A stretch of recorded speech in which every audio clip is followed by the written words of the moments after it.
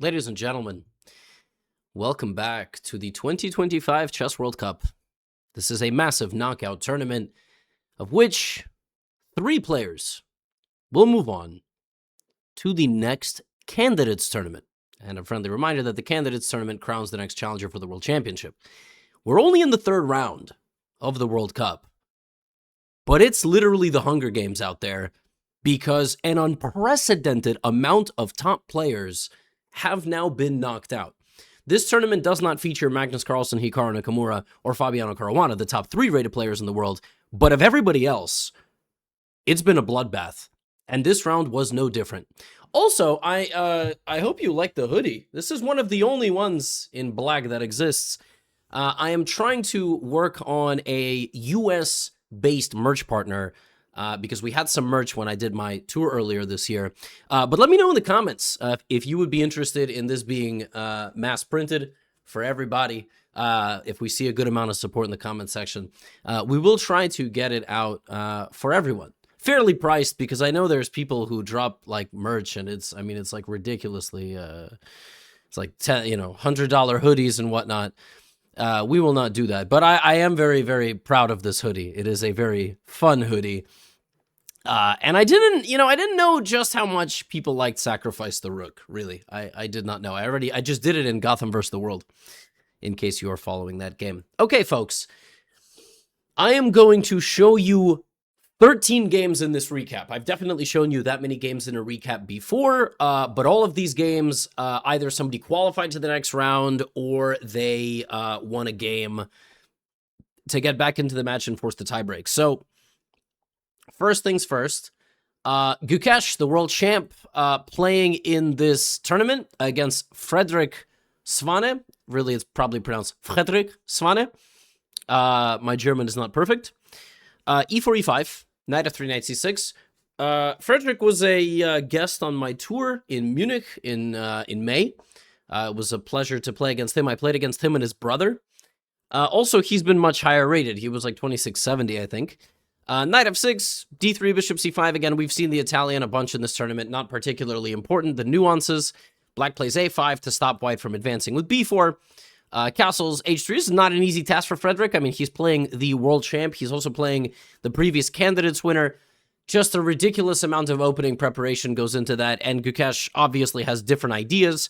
Wouldn't be shocked if he puts a lot of pressure on Frederick in the opening, and as you're about to see, he does. He is up some 40 minutes.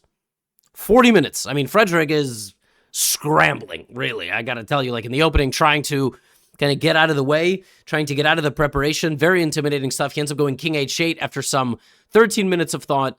And here, Gukesh has several ideas, but it's a very weird position because it's kind of hard for white to like make progress very easily.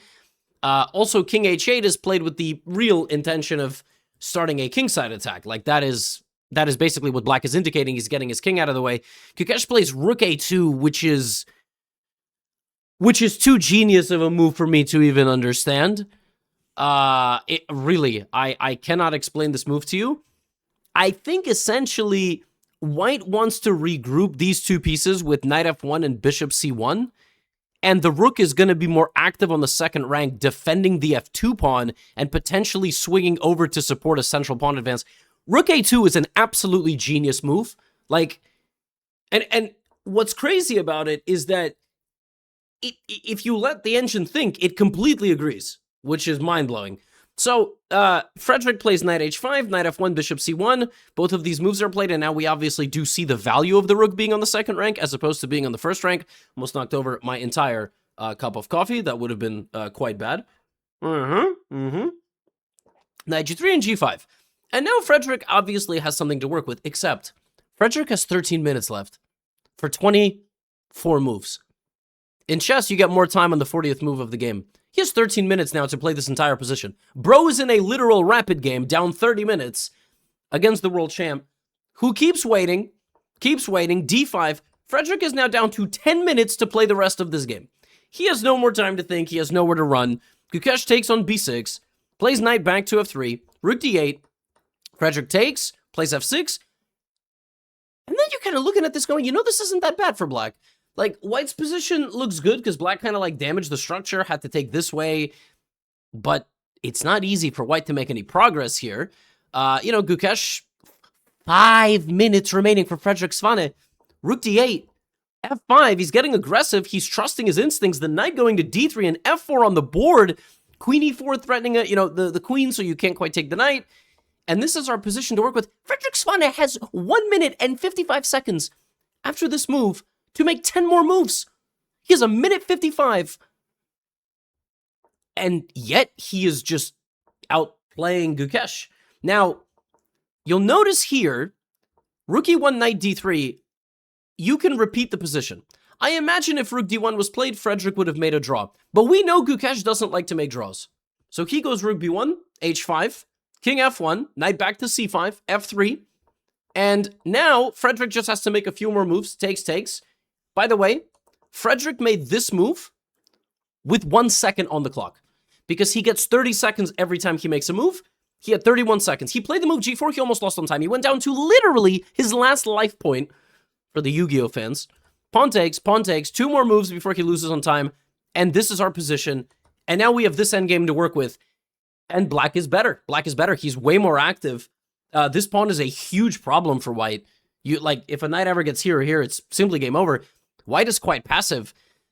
And it's not even a matter of quite passive. This game does not last much longer because, again, there was a repetition. This time, Frederick declines it because he thinks that he is in a better position. This pawn, they're so weak for white, he simply doesn't have enough oxygen here. In this position, white could have maybe been a little bit more defensive, but knight h4, b4, Gukesh kind of goes for it. He could have went king f1 and just been insanely passive. I'm sure he didn't like this position, and it probably is losing, but actually the computer doesn't even see how on depth 28. I'm sure it's lost, but I don't exactly see how, to be honest. Maybe Gukesh was worried about knight c2, knight a1. I'm actually not sure, but he goes king d3, and this is just losing. This is just a totally losing endgame. I'm not sure what scared him. Again, probably a much stronger grandmaster can analyze what he didn't like specifically about king f1. Maybe he thought he was just losing on the spot. But he's not. He's actually, I think he can survive this position for a little longer. Probably he will lose like this. Yeah, that's probably. But yeah, Gukesh is out of the World Cup. Gukesh goes down to Frederick Svane, who manages to outplay him with 1 minute against 23 for 10 moves. Some of the worst time management I've ever seen in my life, and that's including my own. But yeah, Frederick just wants to keep us on the edge of our seat. He just beat the world champ. And he gets added to the list of players this year that have beaten Gukesh, and it's been rough for Gukesh. It has been rough for the world champion, who always has an uncompromising style. But yeah, he's lost several games down to 2600s, including in the Grand Swiss. He did have a very successful European Club Cup that happened last month, but yeah, I mean, he's out. But he is not the only one. Here we have a matchup between Alexander Denchenko, the German Grandmaster at 2640 FIDE, versus Anish Giri. Anish Giri has probably had the second or third best year of any top 20 or 30 Grandmaster, number one being Vincent Keimer, more on that later. I mean, Hikaru has had a good year, but he sort of kept his rating. Anish, we were talking about not just retirement, we were talking about nursing home pretty soon. I'm joking. Blech. I got dog fur in my mouth. Blech. Struggles of having a dog. I don't even know how that happened. I guess it was on my hoodie and I wiped my face. I don't even know. We keeping that in the recap though. We don't even care. Yeah, we were talking about retirement home. I mean, he was down to 2720, but he's gained 30 points this year. He won the Grand Swiss, by the way. He is already in the candidates. Denchenko obviously just been a 2600, powerhouse for a long time. I think he was the European champion, by the way, individual. I could just be giving him a title he didn't win. Not particularly important. This is a Nimso Indian. White gets a big center. And then Anish plays f5 and c6. Very dynamic, by the way. Weird position, e5. White trying to bring his bishop back here. Takes. And the position kind of resembles, Catalan positions where white has a bishop on g2. That's about the only resemblance. But both sides have cleared out their center pawns, which means the person who enjoys more activity and better piece coordination will ultimately break through in this position, and they have to put their pieces in the long run on the best squares. Black has some weaknesses. White doesn't really have any weaknesses. And quite quickly, Denchenko pushes back Black's pieces, and it's not clear where they're going. None of them, by the way. Bishop e3, rook e7, and Denchenko trades one pair of rooks, trades the second pair of rooks, and just wins a pawn. Like, Anish Giri's position was very unpleasant. When all 6 of your pieces are on one boat, like, this is one boat, like a little, raft, yeah, it's probably bad. It's just bad. They have to be separated. They got to be all over the place. Denchenko picks up a pawn. A little bit later, he ended up giving up his advantage, I think because he didn't have enough time. F5 lost a huge chunk of the advantage. Not particularly important because a few moves later, again in a time trouble, Anish just got hit with F6. I mean, he could have been a bit more aggressive with the counterplay. He just lost the piece. And white's king escaped the checks. And Denchenko just up a knight. Anish Giri resigns on move 47. Anish Giri is out of the World Cup. He already made it to the candidates. It doesn't really matter for him. Gukesh is the literal world champion, so it doesn't really matter, but crazy. I mean, top 10 guys, top 15 guys just dropping out. Round 3, not even round 4, 5, 6. Round 3 in the World Cup. And many, many more games to go. We have Praggnanandhaa versus Vincent Keimer. Yesterday, Vincent put, oh my goodness, Vincent Keimer. Oh my goodness, he took Praggnanandhaa to the dentist. I mean, he was giving him a root canal. And now he has the black pieces, right? Praggnanandhaa with the white pieces. What can he do? Knight f6 is basically a draw offer. I mean, white can sort of force a draw out of the Berlin. Praggnanandhaa says no thanks. Instead, we go to an anti-Berlin where black regroups the pieces. This is all very normal stuff. And then black rejects the trade of bishops, wants to keep the bishops on the board. Very principled play from Keimer. Keimer has played the best chess. He has had the best year of any 2700. He has gained some 40 rating points. He is playing confidently. He won freestyle events. Like, the dude is having a really, really good year, and it's because of a ring. It's because of a ring. He wears a lucky ring. That's, and, maybe he also studied a lot of chess, but as we know, superstition over everything. So, knight c3 takes. And it was a closed, grinding game for some 30 moves. Generally, like, look at this. This is Karpovian right here, really. Retreating the queen to the back rank. And at the second that, white started poorly coordinating his pieces, and g4 was kind of an ill-advised attacking move, because white couldn't really make any progress. King f7 is beautiful. King is safe. H-file might not be for white. And Vincent... Really, I honestly feel like, and Vincent can disagree with me, Vincent's understanding of piece placement shows up in his freestyle games, and kind of in positions like this, like, you get to see the expertise. He's just slow. He gets into time trouble a lot, but, like, look at this. The black knight strong in the middle, and the bishops, man. The bishops, just absolute units. Queen h2, king e1... Beautiful game. The queen hunted into the middle. King hunted into the middle. Sacrificing the queen. If you take it, I check you, and then I check you, and then I win your queen. And that is how the game ends. And this was a masterpiece. I mean, I really just have to tell you, like, on the 30th move of the game, all your pieces are on the 8th rank, and you have a better position. This is really like jiu-jitsu, like grappling. When you seem like you are completely, not doing anything, defenseless, or, like one of those, like, Michael Venom Page. It's a fighter who fights with his hands down, kind of just, like, jumps around a little bit, but that is when he's the most confident and dangerous. Yeah, this is that. I mean, Vincent Keimer, all the pieces on the last rank, yet in the long run, his position is way more dangerous. He quickly lashes out at you, dominates both flanks, dominates the center. Just such an interesting game. Very expertly done by Vincent.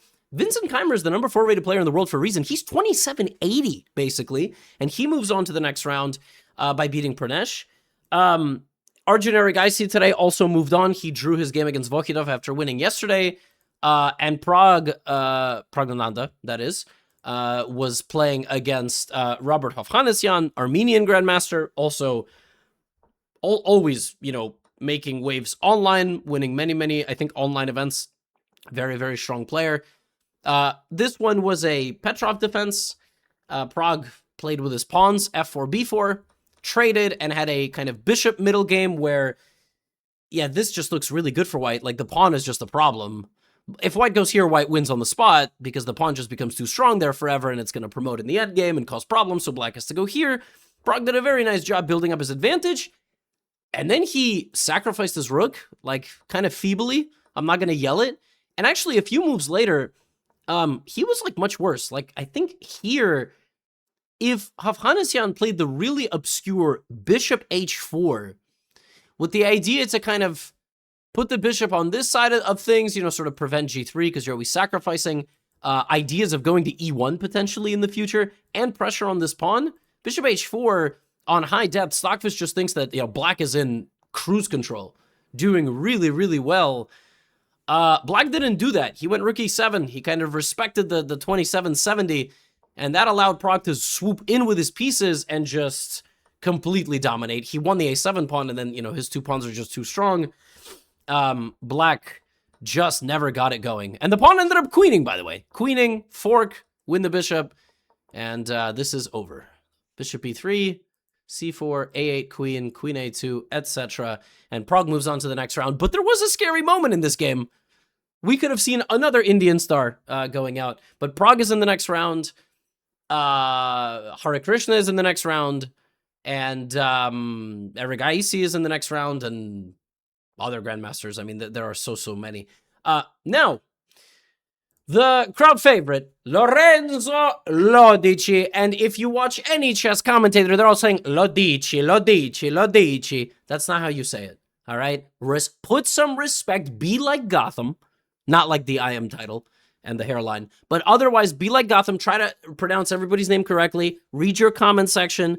Ludichi. Okay? Ludichi. Now, he knocked out Hans Niemann. At this point, the chess is definitely speaking for itself. In this game, the chess spoke for itself, but it had a really vicious sore throat, a whooping cough, a really high fever, but it still spoke for itself in some capacity. So, we have England versus Italy, basically, this is not the only World Cup where they are going to be meeting, and the Euros and everything. E4, E6. So, an Englishman and an Italian go to France. That's what we're doing here. I also realized I need to change a setting on my microphone, so I've just changed the setting on my microphone. I had disabled the setting, so I apologize if for the first 17 minutes the microphone was sounding weird. D4, D5, E5, C5. This is an advanced French. C3, knight C6, and Lorenzo plays this line F6. This is a very aggressive, modern approach, like trying to get rid of the pawn right away. We have a big trade in the center, but this line is, despite look at Lorenzo's time, right? Yeah, he starts to think, and I don't know if Lorenzo has played this line a lot, but this is one of the problems of playing, you know, very double-edged prep and openings. You do find the best move from the opening, but now white plays a very natural move b4, because opposite side castling, you should start an attack with your pawns. You guys should know this at this point. And now black's play is virtually impossible. I mean, really, like, I looked at the engine lines here. Okay, I mean, as always, you have king b8, which is just generally a useful move, but then white takes and keeps attacking you. That looks unpleasant. You can play h6, g5, but that feels slow, and the bishop just moves. And I mean, but that's also one of the plans. Lorenzo plays knight g6, because what could be more natural than attacking the bishop? But now he doesn't have a move. He doesn't have a move now, because white is going to go take c4, just rip open the position and checkmate you. The best move is literally moving your king here and then moving back. So putting the knight on g6 is already actually like a huge inaccuracy, kind of. So it's not an easy position. And then to justify his play, he takes the pawn. He gets on the roller coaster, self-pinning.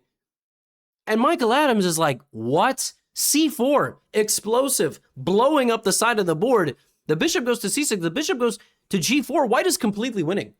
I mean, he's going to go rook e1, queen e2, target the knight, target the pawn. Yeah, the chess is going to speak for itself. And it's going to speak with a freaking British accent. How'd you do? Yeah?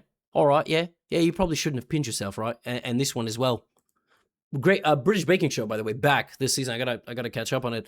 Lorenzo goes here because I'm not really sure what you're gonna do. And now with white, you're spoiled for choice. You have a breakfast buffet. What do you eat? You know, you eat the beans.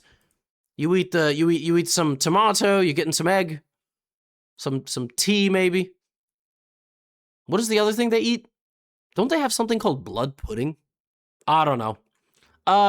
Queen e2, Sunday roast. He goes queen e2. Lorenzo has to sack his rook for the knight. I'm not yelling that one. And yeah, white is just on the verge of a knockout here.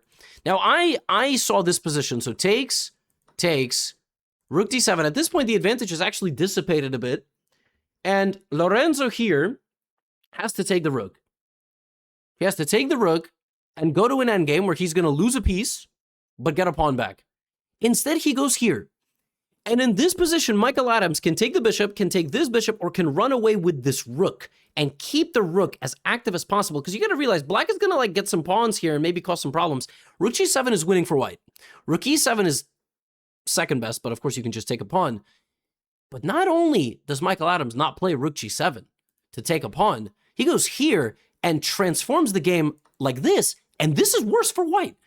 Apparently this is just worse. Like, white has an extra bishop, but black has such strong pawns. Not only are they strong, they are literally winning. Look at the king. Lorenzo's king just runs, just makes a run for it, absolutely zipping away. White doesn't have enough time to catch his breath. King a3, rook d5, a4. Look at this. This is alpha zero. Like, the king just bringing the pawns on the back, running down the board. c3, c2, king b2, absolute MVP. Rook c7, b3, takes, and Lorenzo Ludichi wins the game because he's just going to go king b1, b2, c1. He's going to make two queens. Out of nowhere comes Ludichi. He just beat Hans Niemann. He just beat Michael Adams, previous ultra top 2700 grandmaster.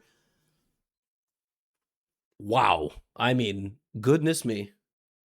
Goodness me. I don't even know what to say. I think I'm going to do the next recap with like Gloria playing in the background. Gloria, dun, dun. Or like, what's that new song by The Colors? Pronte como va, something like that. Come va. I don't want to say something in a language and I accidentally curse. Anyway, I've been listening to a lot of Italian, pop recently. Yo, Italy.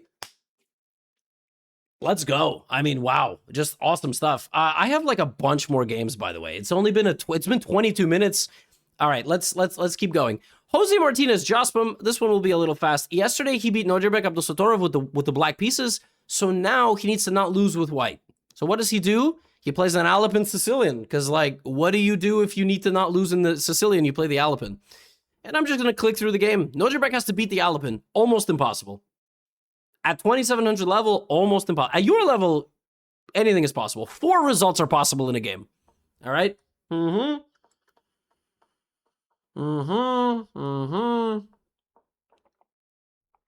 Nojibek deliberately plays a little crappy. Why? Because you have to. If you're trying to win in chess, you sometimes have to go into a worse position where the other side has to punish you, and in punishing you, they open up the chance for a counterattack. The problem in this game, also, what the fuck? Like, what is going on? The problem is in this game, Jose, it was just like, I'm just not going to do anything. Like, literally, Jose just, 95, nice move, takes, the bishop is trapped. Jose was just like, I don't have to win. And I'm like, Nojibek has to win. And he couldn't. Nojibek tried his best. He really did. Jose played confident chess. He knew Nojibek was desperate. He managed his nerves very well. And when the position got complicated, look at this, a web of pieces. If you take queen f4, Nojibek not only didn't win, he lost. Jose Martinez, 2-0s, a 2750 rated player. Jose Martinez was, in case you don't know, Jospim, accused of cheating online by multiple people who I don't need to rehash at this point, proving himself on the World Cup stage. This is where we are in the world of chess. I have probably covered during the World Cup some 10 people who have been accused of cheating online by the usual suspects, because that's the way we operate now in chess. I will keep going, by the way. He wins. He moves on to the next round. Fantastic showing from him. Norderbeck has had a rough year. I think he's down some 20, 30 points. More games. Peter Leko, the man who literally cannot be defeated, against Kirill Alexeyenko, who needs to beat him with the white pieces, which is easier than beating somebody with the black pieces. Yeah, Peter Leko playing this G5, Knight H5 business in the Italian games. His bishop on A7, absolute unit, just shutting everything down. And basically at some point, you know, white is going to have to get aggressive, even if there is no business to get aggressive. Alexeyenko is trying. It's just not working. I mean, Peter Leko is doing a great job, just has to not hang mate in one. Shockingly, he doesn't.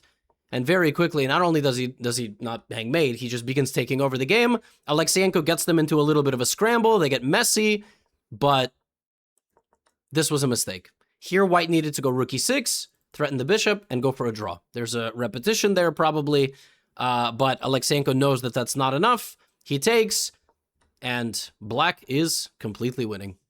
And my guy, Peter Leko, who probably would take offense for me calling him my guy, has now won 4 games. 3, no. How many games has he won? 3. He has 3 straight wins in the World Cup. Bro's farming. He's like, yo, these young guys, half my age, but the same rating as me, cap. I don't think Peter Leko says, no, but okay, but this is totally cap. I mean, okay, I really hope you guys appreciate the Peter Leko. It's one of my best. I don't do impressions on YouTube, but I love doing a Peter Leko impression. I got more games. Let's go to Azerbaijan, Baku versus Sweden. I don't actually think Niels lives in Sweden. I think he lives in Copenhagen, if I'm not mistaken, or somewhere. Oslo, Copenhagen, doesn't matter. Copenhagen, beautiful place, by the way. C4, knight f6. Mamedyarov has been 27, 2800 since some of you have been alive. Get chess for babies, by the way. Bishop g4, a messy English. Mamedyarov always looking for the most uncompromising style. This is, I mean, it doesn't really get more uncompromising than this. And it works. It works really, really well. In this game, he had the bishop pair. He began trying to open the center. He had a massive space advantage. And when the board started clearing out, he simply navigated the dynamics better than his opponent, and he built up an advantage to the tune of +3. Queen f7 check, king h8. White is dominating.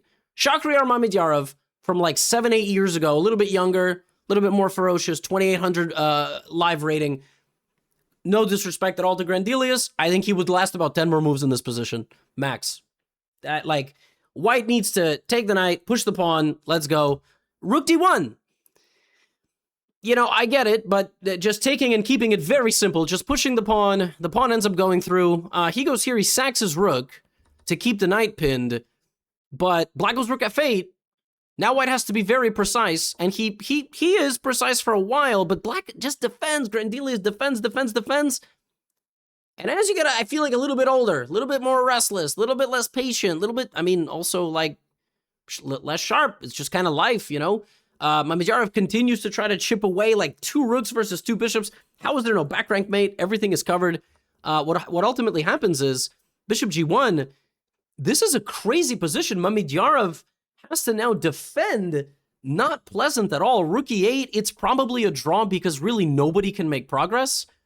I mean, it looks like black can make some progress. He's making what I would call phantom progress, like with the b pawn.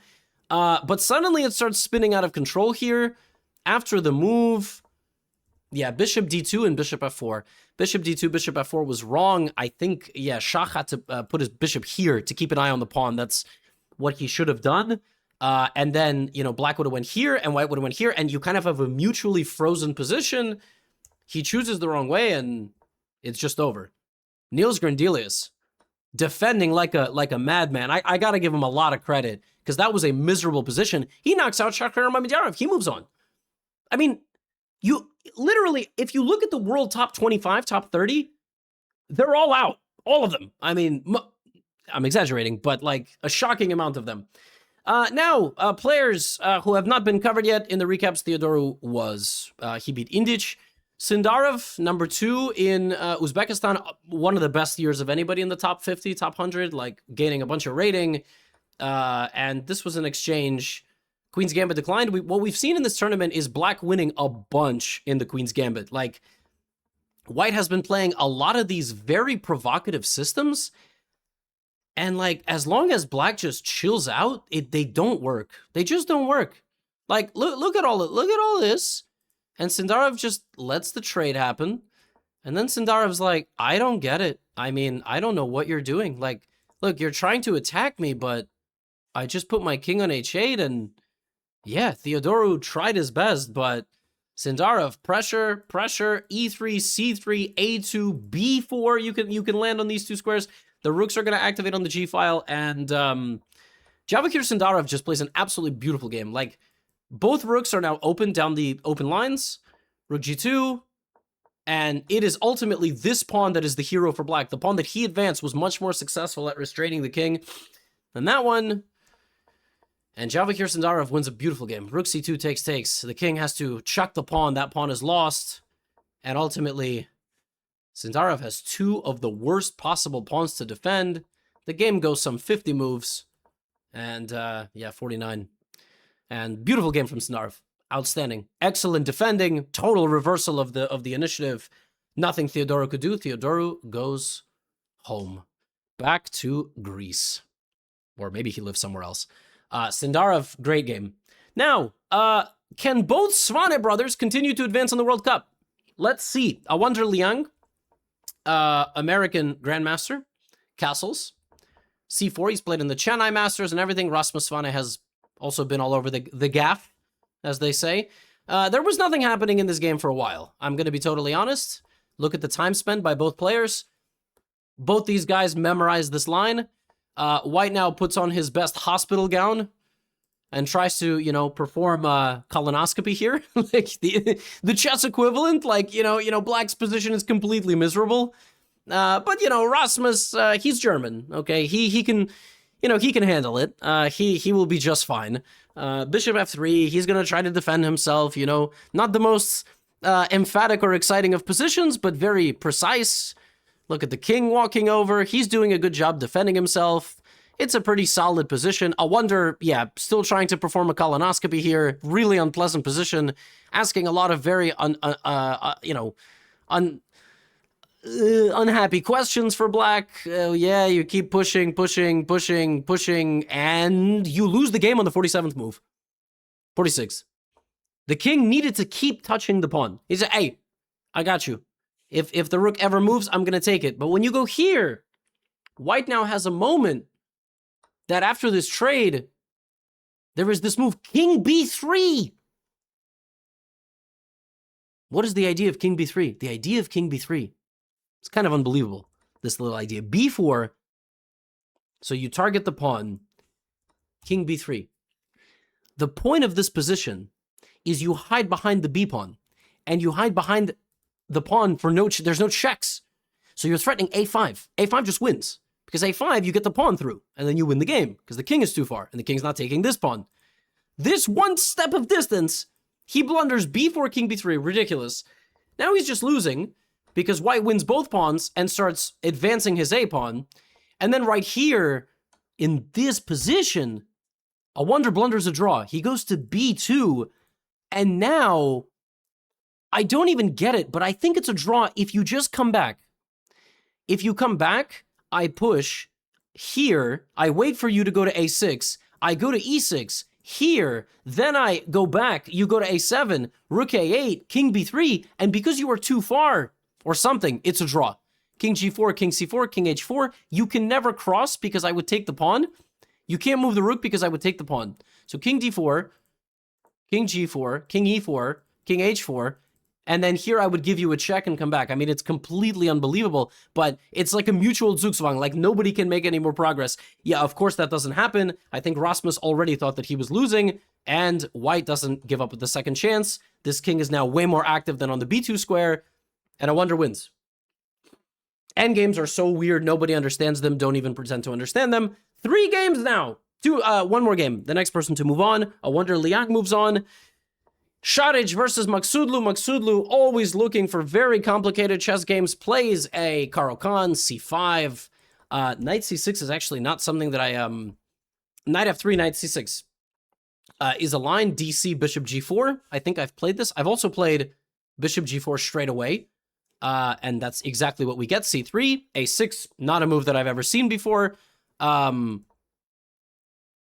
think I've played this move after E6, but maybe it doesn't matter. Knight E5, Bishop E2. Barham gets this position, very solid. I actually had a position that looked very similar in Spilimbergo last year in Italy against the Polish player Jarocka. A4, Queen C7. White builds up a nice position, making a lot of logical-looking moves. I mean, you look at this position, it's like total positional domination. Now you need to go G4. You got to be really aggressive. A little bit less aggressive than I would like. We trade, and we keep pushing, but this allows black to go here. Barham is so good at dynamic chess. You know, like, the second you give him a chance to play things in a weird and imbalanced way, he will do it. Now Shotage kept attacking him, and a total reversal of fortune. You're just waiting for the dark square blockade. You get the dark square blockade.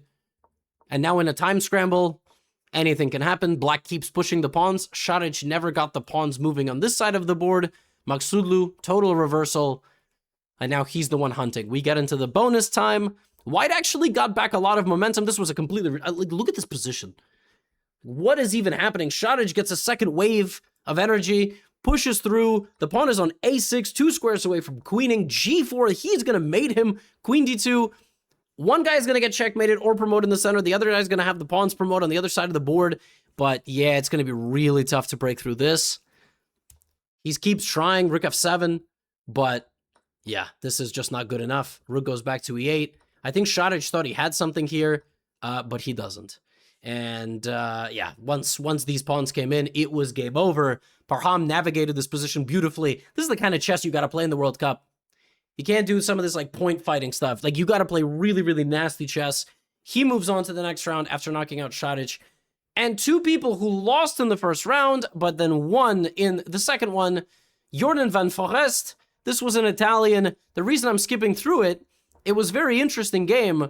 And Jordan, you know, was kind of attacking forever and ever and ever. And, you know, like in this position, it looks like White should be winning.